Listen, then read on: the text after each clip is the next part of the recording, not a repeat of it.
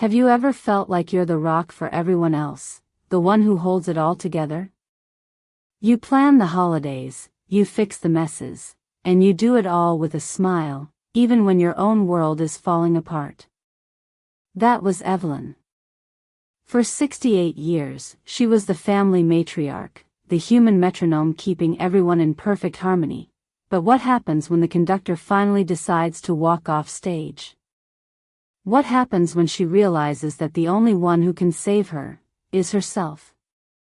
This is the story of a woman who chose survival over sacrifice, a story that will make you rethink what it means to truly give. Hit that like and subscribe button, and let's dive into Evelyn's journey to reclaim her beautiful life. I've always been the conductor of the holiday symphony. A human metronome keeping the family in perfect, blissful harmony. And this year was no different. The house hummed with the familiar, chaotic energy of Christmas. My daughter, Chloe, was on her phone, taking selfies for her holiday brand campaign. My son, Mark, was fussing over the turkey, convinced he could improve my 30-year-old recipe. And the grandkids, oh, they were a beautiful, noisy whirlwind of glitter and laughter. "Mom, the gravy's lumpy." Mark called from the kitchen. "Grandma, tell Luke to stop eating all the cookies," my grandson, Leo, shouted. I moved from one crisis to the next, a practiced smile on my face. I fixed the gravy with a whisk, whispered a promise of extra cookies to Leo, and mediated another sibling squabble. Their compliments were like a balm. "You saved the day, Mom. No one does Christmas like you, Grandma." They were so busy receiving my love, they never saw me giving it. But later that night, the house was silent. The wrapping paper was gone, the dishes were washed, and the last car had pulled out of the driveway. I sank onto the sofa, the heavy silence a stark contrast to the earlier noise. My hands, still smelling faintly of pine and garlic, trembled as I picked up a pile of envelopes from the coffee table. The secret I'd been keeping for months now felt heavier than the turkey platter. The bills. Late notices. Threats of collection. My husband, Thomas, always handled this. But Thomas was gone, and the anchor he left behind was a leaking ship. I had spent my life as the family's safety net, the one who caught them when they fell. I took out a second mortgage to pay for Chloe's disastrous fashion business. I drained my retirement savings to help Mark open his first restaurant. I never told them. They didn't need to know my sacrifices. They needed me to be strong. And now, I was out of options. My pride was a heavy cloak, but desperation was heavier. I took a deep breath and made the two most difficult calls of my life. "Mom?" Chloe's voice was bright and distant. "Is everything okay? I'm trying to finalize my brand partnership." I tried to keep my voice steady. "Honey, I need a little help. Financially. Things are a bit tight." There was a pause, a beat of hesitation. I could almost hear the calculation. "Mom, I'm literally in the middle of a brand deal. This is a huge opportunity. You just need to budget better. Have you thought about selling some of Dad's old things? His watch, maybe?" She dismissed my entire life with her father as things. The words were like daggers. "I'll talk to you later, Mom. I'm so swamped." The line went dead. My hand shook as I dialed Mark's number. He answered with the boisterous energy of a man in control. "Mom. Just finished my menu launch. It was a huge success. The reviewers loved it." I swallowed the lump in my throat. "That's wonderful, honey. I'm so proud of you. Listen, I have a financial situation. He sighed impatiently. Mom, you know how these things are. The market is tough. You have to be smart about your money. You should really think about being more responsible. Maybe sell some of Dad's collection. You know, for fiscal responsibility. He lectured me on responsibility. Me, who had worked 3 jobs to pay off his school loans. He didn't even ask what was wrong. He just wanted to give me a solution that required no effort from him. He quickly changed the subject back to his menu and his success. The call ended with him promising to check in soon, a phrase that felt more like a polite threat than a promise. The silence in the house was no longer heavy. It was deafening. I sat surrounded by the ghosts of my sacrifices, the receipt for a tuition I couldn't afford, the memory of long nights at a sewing machine. I had spent my life as a utility, a resource to be used and discarded. And now, at 68, I was worthless to them because I had nothing left to give. That week, I went to my book club. We were a diverse group of women who had all, in some way, been overlooked. When I finally broke down and told them the truth, their compassion was a foreign, beautiful thing. They didn't lecture me. They listened. And then, one of the members, a quiet, brilliant woman named Sarah, mentioned her own story of a relative who had simply disappeared. Started a new life. And the idea, so radical, so impossibly selfish, lodged itself in my heart. If I am only valuable when I am needed, what happens when I choose to no longer be available? I went home and opened the old atlas my husband and I had used to dream of our future travels. I found Italy, the place he always wanted to go. My finger landed on a small coastal town. I took out my laptop, the same one I had bought with my last savings to send them birthday e-cards. I opened a new email. My hands still trembled, but this time, it was from anticipation, not fear. I typed the subject line, the first step in my own reclamation. The decision was made. Now came the execution. My book club friends, those quiet warriors of suburban life, became my co-conspirators. They didn't ask questions, they simply acted with a loyalty my own children had never shown. Sarah, with her kind eyes and tech-savvy mind, became my travel agent and digital strategist. Linda, the retired librarian, helped me catalog and sell the last of my valuable possessions. The hardest part was selling my diamond pendant. It was a gift from my late husband, Thomas, a sparkling promise of a future we never had. As I handed it to the jeweler, my hands trembled. "It's a beautiful piece," he said. It was more than a piece, it was a memory, a part of my story. I thought about the life that diamond had funded for my children, the life they now lived without me. The cash felt cold and unforgiving, but it was also a passport to a new life, a one-way ticket to freedom. With the money secured, I began to draft the final message. My hands no longer shook.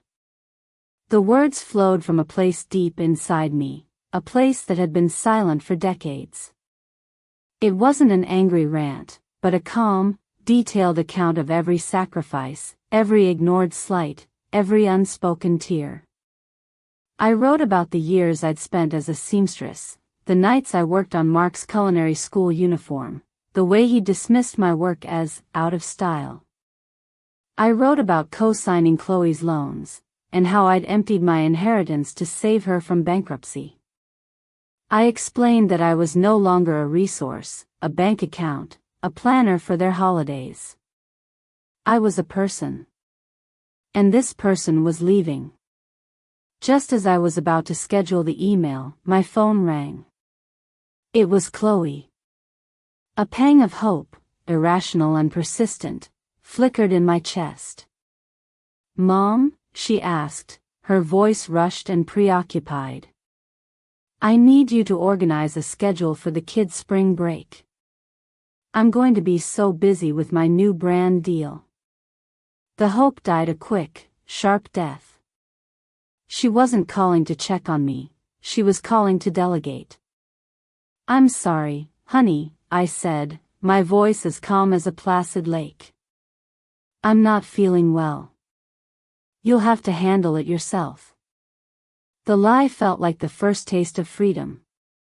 She sighed in exasperation and hung up. I didn't get angry. I felt a new sense of liberation, a quiet joy at having finally said no. The day of my flight, I walked through the house for the last time. It was half empty now, most of the furniture sold to cover old debts. I ran my hand over the doorframe where Mark and Chloe's heights were etched into the wood. I remembered measuring them, laughing at how fast they grew. I felt a pang of sadness, but it was a distant ache. The good memories were real, but they couldn't hold me captive anymore. I left behind a small box on the kitchen counter. Inside were my keys, and my wedding ring, symbols of a life I had lived for others. I wasn't running from my past, but I wasn't taking it with me either. I was creating a new future. My friend, Lisa, drove me to the airport in her old station wagon. The conversation was easy, focused on the future, on what I would do in Italy, on the sights I would see. As we said goodbye, she hugged me tightly. "Be happy, Evelyn," she whispered. "You deserve it more than anyone I know."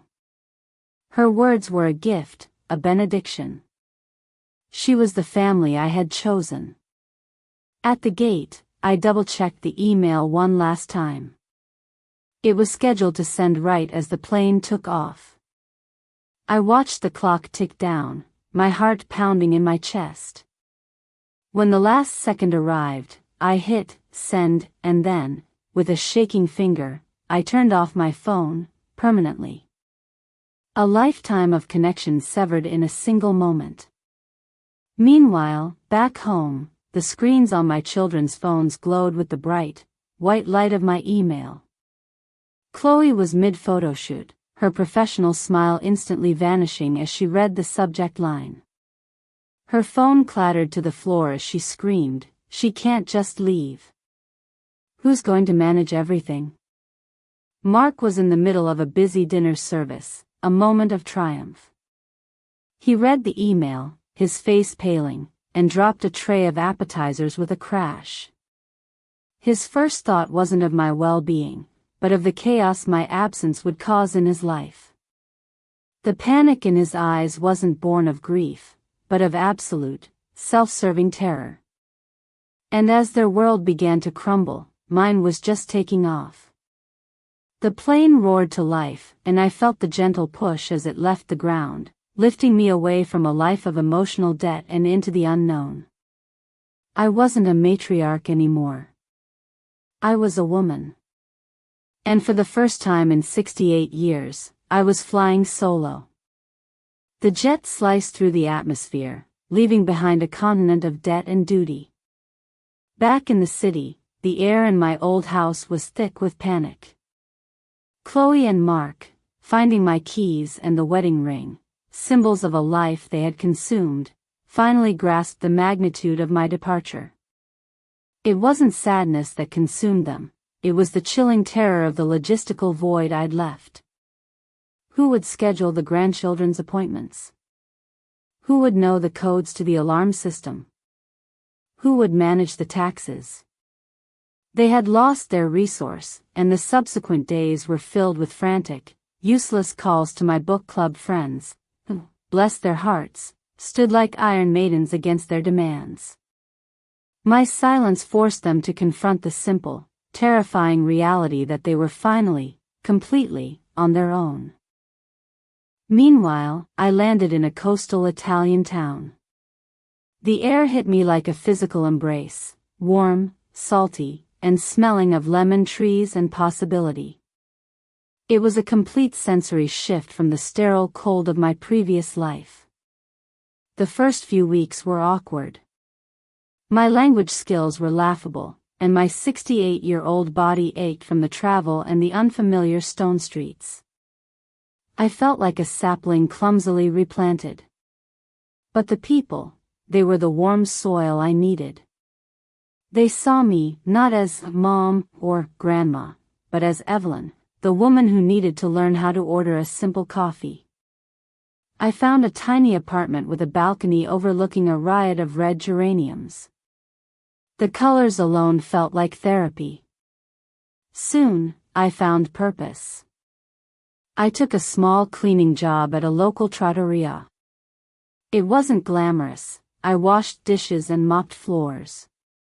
But the work was honest, and the owner, a formidable woman named Carmela, taught me Italian recipes and, more importantly, how to laugh again. I joined a language class and a painting group. My new friends, a retired professor, a young artist, and a boisterous grandmother, didn't know my story of sacrifice. They valued my company, my dry wit, and my willingness to try. This was my new family, bound by choice, not blood. Over 6 months, the woman who had disappeared began to be reborn. The tension left my shoulders. My laughter became effortless. I began to write, filling a leather-bound journal. Initially, the entries were painful, a necessary purging of every hurt. But slowly, they morphed from bitter confessions into reflective, powerful prose about finding freedom in radical self-love. I realized my journal was more than just therapy. It was a story that needed to be told. My book club, acting as my bridge to the old world, quietly helped me connect with a small, international publisher who loved the raw honesty of my writing. The title became The Matriarch's Hidden Life, a testament to the decades I spent invisible. Then came the message that truly broke my emotional detachment. It wasn't from Chloe or Mark, but from David, my grandson. He had found a way to contact my book club friend, desperately asking for any information. The note I received, filtered through Sarah, read, "Grandma, I read your email. I never knew. I want to know the real you. Please write to me." My heart softened, but my resolve remained firm. I wrote him a private, handwritten note, sealed it, and sent it back through Sarah. It wasn't an apology for leaving, nor a door for my children. It was a simple, loving message of encouragement. I explained that to know the real me, he had to look to the future, not the past. It was a signal. The door was only open to those who sought truth, not resources. 6 months after I disappeared, I stood at a small podium in a bookshop nestled between the olive trees and the sea. The room was packed with my new friends, Carmela, my language teacher, the artists. I was dressed simply, but elegantly. I looked out at the genuine, admiring faces, and I wasn't Thomas's widow, nor Chloe's mother, nor Mark's savior. I was Evelyn. My hands were steady as I held my book. I read the final passage. I thought my life ended when I made the choice to step away from them. I was wrong. My life began when I finally gathered the courage to choose myself. I had spent 68 years proving my love through silence and sacrifice. But the only love that ever mattered was the one I gave myself. I am free, and I am happy.